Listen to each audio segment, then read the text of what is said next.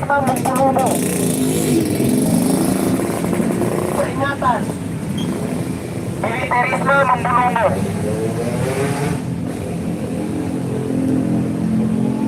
Bukan sebuah rahasia umum lagi bahwa aparat negara kita yang gajinya kita bayar dengan uang pajak kita sehari-hari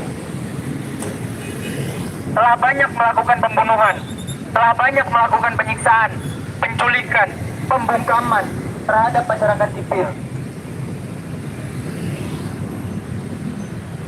Setelah kita berdarah-darah dahulu di tahun 98, setelah kita bersusah payah, mati-matian dengan banyaknya jumlah korban jiwa untuk meruntuhkan rezim Soeharto, hari ini hantu mungkin rezim otoriter hari ini kembali bangkit dari kematiannya, dibawa oleh seorang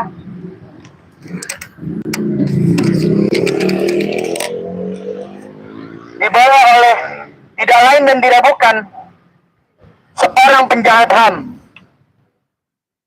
seorang pelaku penculikan aktivis di tahun 98, yaitu Prabowo Subianto.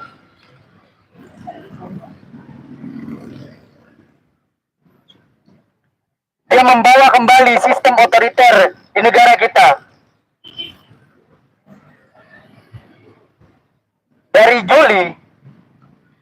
Dari Januari sampai bulan Juni kemarin, di tahun ini saja, Tentara Nasional Indonesia telah terlibat kasus kekerasan lebih dari 44 kasus. Sekitar 10 kasus per bulan. Korban jiwanya mencapai 34. 33 diantaranya adalah sipil. Mereka dengan bangganya berseragam oreng-oreng, mereka dengan bangganya menenteng senjata, lalu menindas masyarakat kecil, mengambil hak mereka. Seorang petani di Sumatera Utara disiksa sampai mati di tanahnya sendiri oleh Tentara Nasional Republik Indonesia yang menjaga salah satu perusahaan sawit.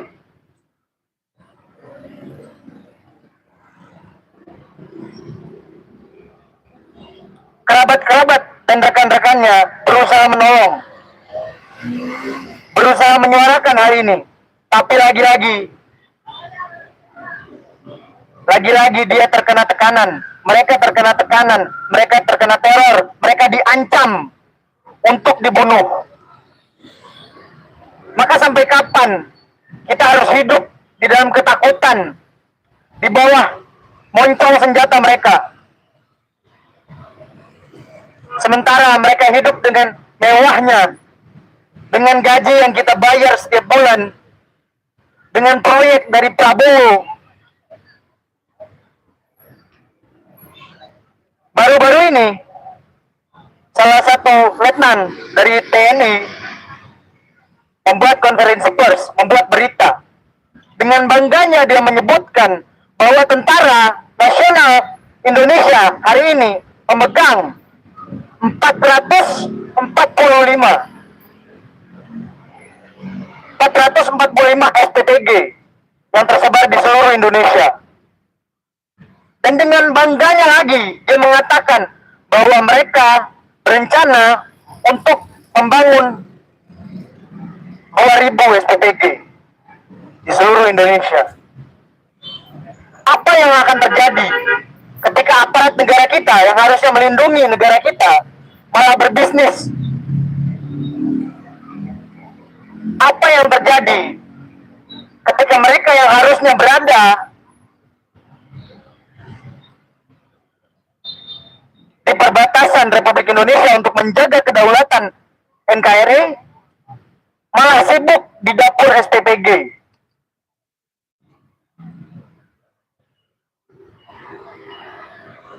Tidakkah mereka paham apa esensinya menjadi tentara? Apakah itu karena faktor baru SMA jadi tentara?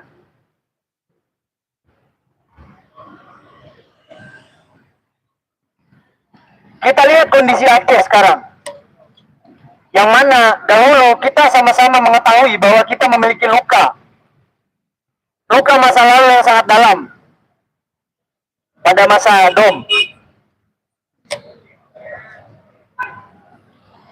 Sampai Aceh dan Indonesia akhirnya melakukan perjanjian di Helsinki untuk membatasi personel TNI yang ada di tanah Aceh. Dibatasi menjadi 14.700 saja batas maksimal tentara yang ada di tanah Aceh.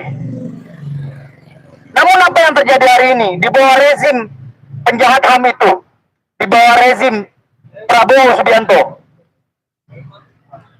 4 batalion ditambahkan ke tanah Aceh, ditambah lagi dengan 2 batalion, total ada 6 batalion yang ditambah di Aceh. Perjanjian kita orang Aceh itu diinjak-injak oleh pusat. Mereka menginjak-injak perjanjian kita dengan mereka. Dengan mudahnya mereka menambahkan batalion di tanah Aceh. Sampai detik ini tidak ada angka pasti berapa banyak tentara yang ada di Aceh. Namun kawan-kawan dari DPR, DPRA, DPR RI mengatakan setidaknya ada 18.000 tentara yang ada di tanah Aceh sekarang.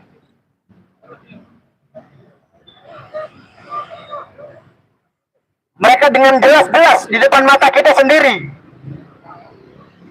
jelas-jelas di atas luka kita yang belum pulih, melakukan pelanggaran atas janji mereka sendiri. Selanjutnya kita bisa melihat bahwa KDMP atau Koperasi Desa Merah Putih Aceh menduduki peringkat ketiga dengan KDMP terbanyak di seluruh Indonesia. Sebagai perbandingan, daerah Jawa Timur dengan penduduk hingga 10 juta itu memiliki koperasi Merah Putih sekitar 5.000 koperasi. Namun di Aceh dengan penduduk hanya 5 juta, kita mendapatkan 8.000 koperasi Merah Putih. Data ini sejalan dengan bertambahnya perang militer di Aceh. Maka hari ini kami menolak segala jenis, segala bentuk ikut campurnya militer di ranah sipil. Kami menolak militerisme. Betul kawan-kawan? Kembalikan TNI ke barak. Karena kami sudah muak. Kami marah. Kami menangis melihat saudara kami mati di tanah sendiri. Melkiana Dwi Tau dan anaknya yang bahkan belum ada nama. Anaknya masih dalam kandungan, saudara-saudara sekalian. Anaknya belum mempunyai nama untuk bisa dikenang. Harus mati dibunuh oleh negaranya sendiri.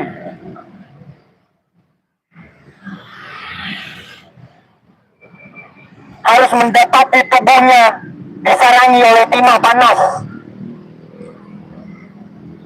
Apa dosa anak tersebut yang bahkan belum lahir? Mengapa dia harus pantas mati ditembak oleh tentara kita sendiri?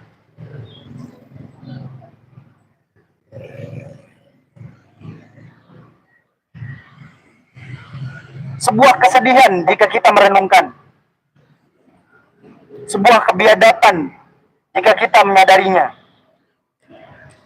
Bahwa hari ini kita sedang dibawa, kita sedang disetir ke arah kehancuran oleh presiden kita sendiri. Sepakat kawan-kawan?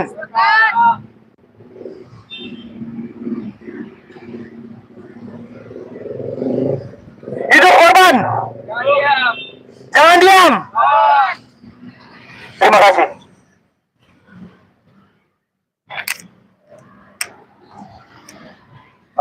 Assalamualaikum warahmatullahi wabarakatuh. Kami mohon maaf kepada Bapak dan Ibu pengguna jalan karena aksi kali ini dan mengganggu perjalanan Ibu Bapak sekalian.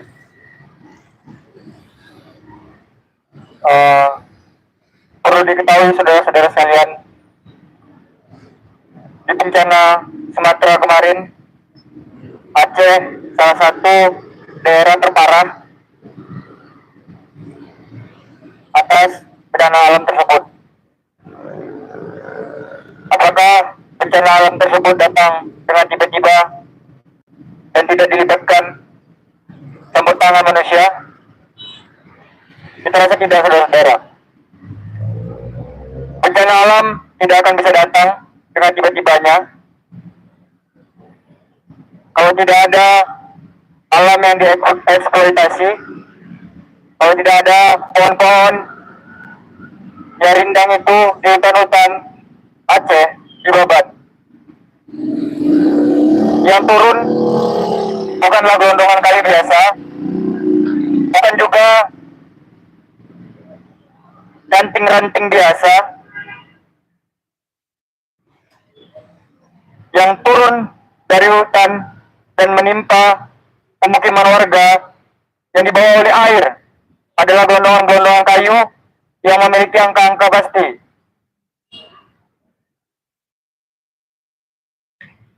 Itu oleh ketua-ketua proyek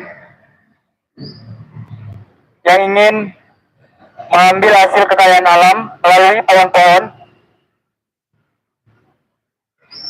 Begitu juga di Sumatera Utara, di Sumatera Barat.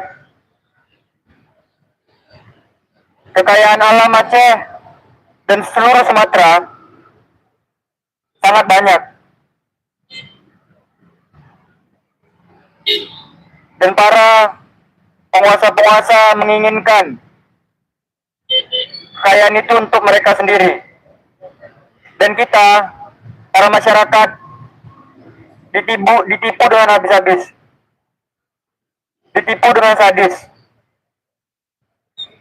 Mereka membilang kepada kita semua bahwasanya mereka mengambil hasil kekayaan alam kita hanya untuk kepentingan rakyat, tapi itu semua bohong. Mereka mengambil hasil kekayaan alam kita semua hanya untuk kepentingan mereka sendiri, keuntungan bagi mereka sendiri. Kita sering menyebut mereka adalah kaum kapitalis. Tak hanya itu, pelanggaran HAM terus terjadi, diskriminasi terus terjadi di Aceh. Kalau kita ketahui saudara-saudara sekalian, pada penyaluran bantuan, gerombolan masyarakat yang membawa bendera Aceh pada saat itu dipukuli oleh oknum tentara. Kita sama-sama melihatnya di sosial media, atau enggak kita sama-sama melihatnya di berita. Kita hanya membawa bendera yang pernah menyimbolkan kekuatan rakyat Aceh. Mereka menakuti bendera tersebut. Mereka takut atas bendera. Mereka takut simbol kebesaran daerah. Begitu juga di Papua. Mereka takut sama bendera Papua, saudara-saudara sekalian. Kita pernah mengibarkan bendera itu tinggi tapi tidak melewati batas tingginya bendera merah putih. Tapi kita dipantau oleh oknum-oknum yang sering mereka bilang adalah intelijen atau intel, seakan-akan hanya mengibarkan bendera ingin memerdekakan daerah.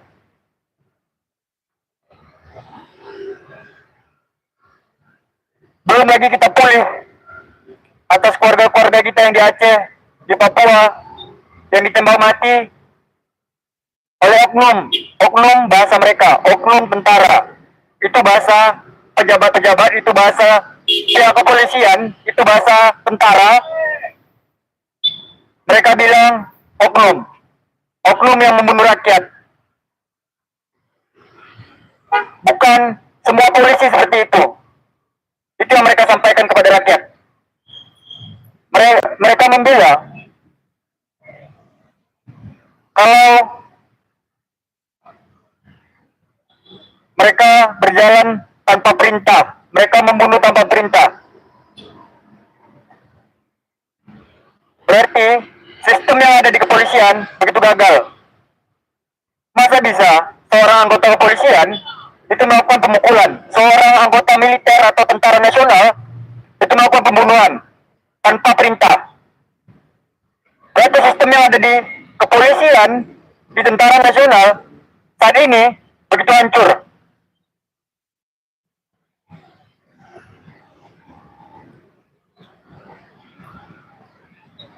Itu yang mereka bilang saat dari kemarin adalah oknum.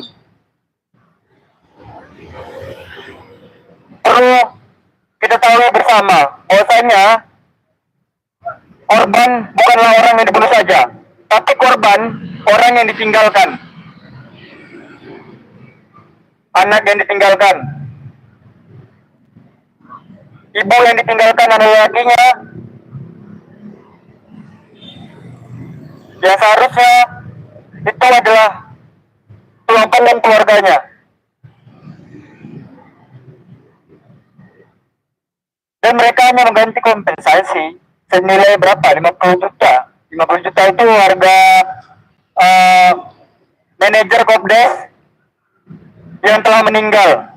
Calon manajer Kopdes, atau kita sering dengar KDMP, 50 juta harga meninggal dunia.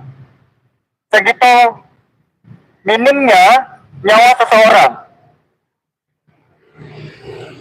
Kalau mau mengundurkan diri dari manajer Kopdes, itu harus membayar 100 juta. Dan kalau sudah dapat, harus mengikuti pelatihan. Pelatihan apa? Semi militer. Kedaulatan sipil telah hancur. Semua program yang diciptakan oleh pemerintah harus ada campur tangan militer. Harus mengikuti aturan rakyat lebih tinggi dari segalanya. Kalau kita melihat dari sistem pemikiran bisnis, rakyat di sini adalah bosnya. Tapi itu terbalik. Rakyat adalah budaknya. Udah dijadikan budak saat ini, terus ditintai lagi pajak. Dan pajaknya dipergunakan semena-mena. Dipakai dengan pemborosan anggaran untuk mereka ke luar negeri, ya kan? Kita tidak berbicara mereka ke luar negeri itu atas ada kepentingan apa dan sebagainya. Harus ada buat perjanjian. Di zaman yang makin canggih, pemerintah kita saat ini tidak memikirkan hal-hal yang lebih penting dari segalanya. Pemerintah kita saat ini tidak berpikir kalau aku ngasih anggaran ini ke pendidikan, aku ngasih anggaran ini ke untuk menciptakan lapangan pekerjaan atau dengan sembako-sembako yang murah, apakah tingkat stunting yang mereka hitung dengan angka yang tidak tahu asalnya dari mana, itu akan hilang. Kalau mereka mengeluarkan anggaran ini untuk pendidikan, ketika rakyatnya cerdas, mereka bisa cari makan sendiri. Tapi pemerintah kita saat ini ke atas bukan mencari solusi, tapi menciptakan hal baru dari presiden-presiden sebelumnya agar terlihat keren. Walaupun entah apapun itu, walaupun program yang mereka ciptakan gagal sekalipun, yang penting ada aja yang bisa mereka ciptakan hal barunya. Mereka nggak peduli seberapa jauh sosialisasinya terhadap masyarakat. Mereka hanya melihat rakyat ada objek untuk percobaan kali ini. Apakah dengan MBG rakyatnya bisa mengurangi angka stunting dan cerdas semua? Mereka melakukan percobaan itu. Apakah dengan manajer Kopdes itu bisa mengurangi angka kemiskinan yang ada di masyarakat? Itu percobaan.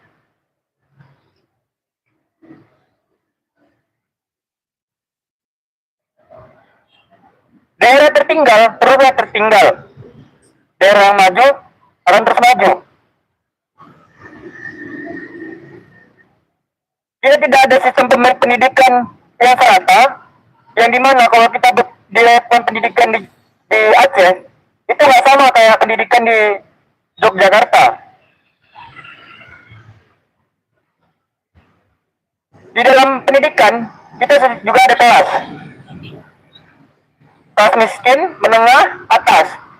Yang kaya akan UKT-nya tinggi, dan yang rendah akan mendapatkan kip kuliah. Itu kelas yang mereka ciptakan. Apakah itu berguna? Itu sangat berguna bagi rakyat. Sangat berguna. Mereka terus menciptakan rakyat-rakyat yang krisis agar mereka datang sebagai pahlawan. Mereka hadir sebagai penyelamat, bahwasanya dengan bantuan yang diterbitkan oleh pemerintah itu adalah hasil dari kerja pemerintah saat ini, yaitu Presiden Prabowo Subianto. Begitu juga dengan bawahannya, ante-antenya.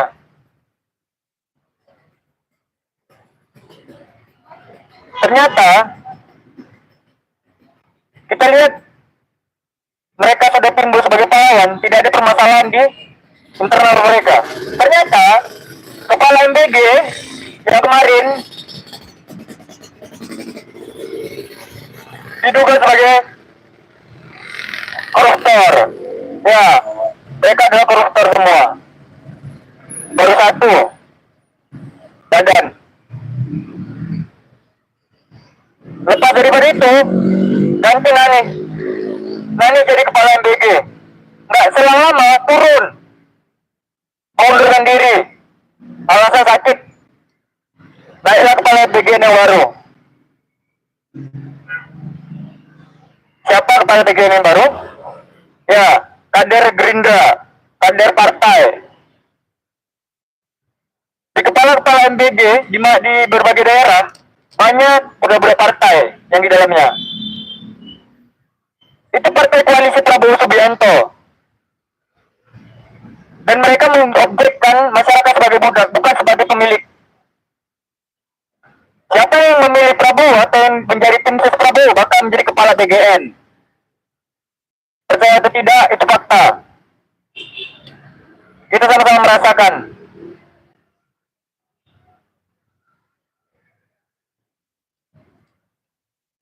Buruh tani mahasiswa rakyat miskin kota bersatu padu rebut demokrasi, gegapkan kita dalam satu suara demi tugas suci yang mulia. Hari-hari esok adalah milik kita, terciptanya masyarakat sejahtera, terbentuknya tatanan masyarakat Indonesia baru tanpa orba. Marilah kawan, mari kita tebarkan di tangan kita tergenggam arah bangsa. Marilah kawan, mari kita nyanyikan sebuah lagu tentang pembebasan di bawah kuasa tirani. Susuri garis jalan ini, berjuta kali turun aksi, bagiku satu langkah pasti. Berjuta kali turun aksi, bagiku satu langkah pasti. Hidup korban, jangan diam, kawan.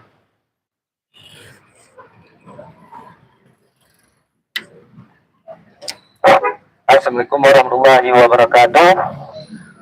Sebelumnya kami minta maaf kepada pengguna jalan. Hari ini kami telah buat aksi lagi di jalan yang dimana kami ingin kawan-kawan semua masih sadar dengan banyaknya perubahan dan banyaknya permasalahan yang ada di Indonesia, terutama kita di Aceh. Tidak lama berita yang kemarin bahwasanya pemerintah Aceh ada korup tentang uang pendidikan luar negeri. Itu baru pemerintahan Aceh yang dimana dikorupsi yang seharusnya dikasih untuk mahasiswa yang berprestasi yang untuk menjalankan perkuliahan di luar negeri, hari ini dikorupsi. Begitu ironisnya sekarang pemerintah yang ada. Pikir kita cuma di Indonesia, dan sekarang nyatanya di Aceh pun ada. Bagaimana cara kita membenah? Yaitu memotong akarnya. Jangan kita biarkan permasalahan yang ada ini terus berkembang. Karena kita punya hak. Karena kita adalah masyarakat yang memiliki hak tersebut. Mungkin hari ini saya cuma menyampaikan melalui puisi yang sudah saya buat dari kemarin.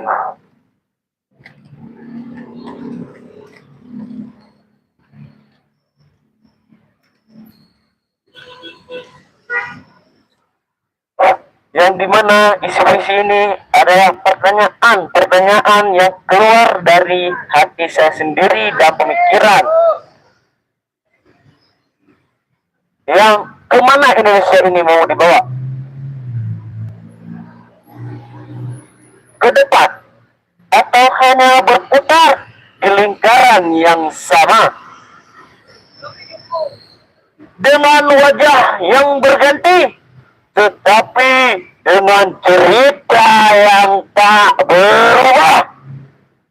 Kita sering mendengar kata kemajuan disebut dalam pidato, ditulis dalam spanduk, dipajang dalam baliho, dan disertakan melalui media-media besar.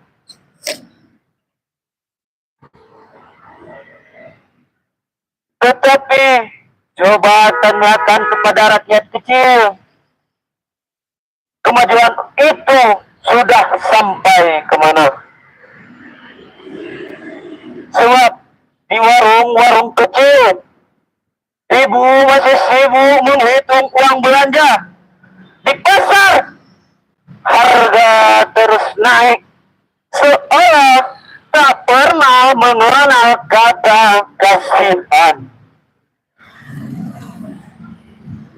Di rumah-rumah sederhana, ayah masih menghitung pengeluaran, anak masih menghitung biaya sekolah, dan keluarga masih menghitung berapa hari lagi uang yang tersisa akan habis. Lalu kita bertanya, kemana Indonesia ini akan dibawa? Katanya negara ini kaya, tanahnya luas, lautnya membentang, hutannya melimpah kekayaan, perut buminya penuh dengan sumber daya. Tapi anehnya, di negeri yang katanya kaya, masih ada rakyat yang harus memilih. Makan hari ini apa? Atau menyimpan uang untuk besok? Hari ini kami mau makan apa? Atau kami akan menyimpan uang ini untuk hari esok?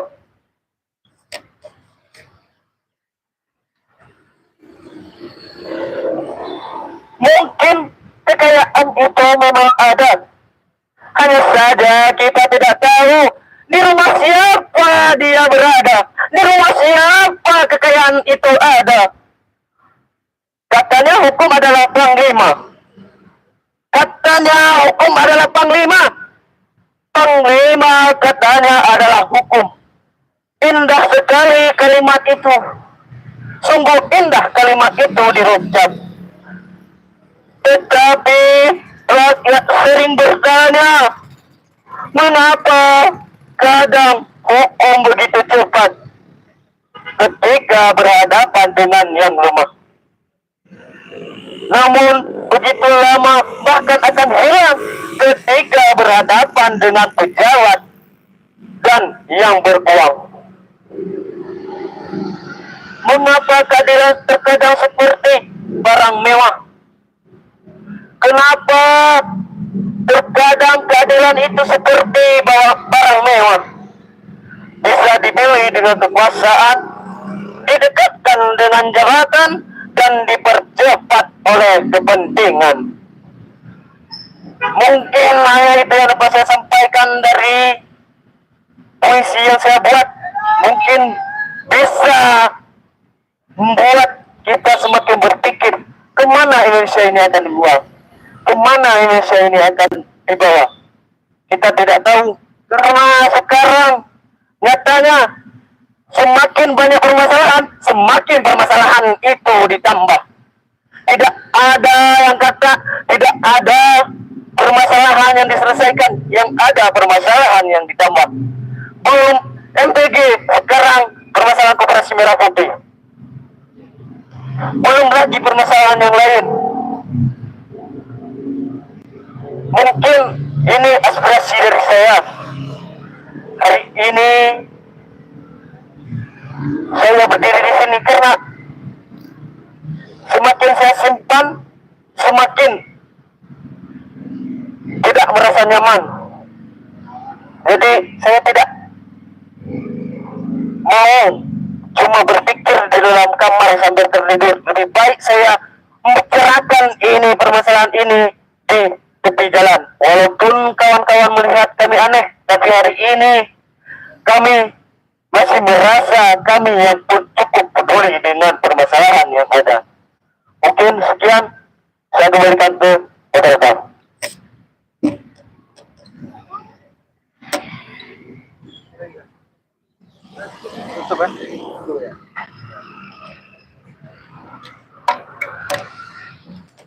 Baik, terima kasih kami ucapkan kepada seluruh masyarakat yang telah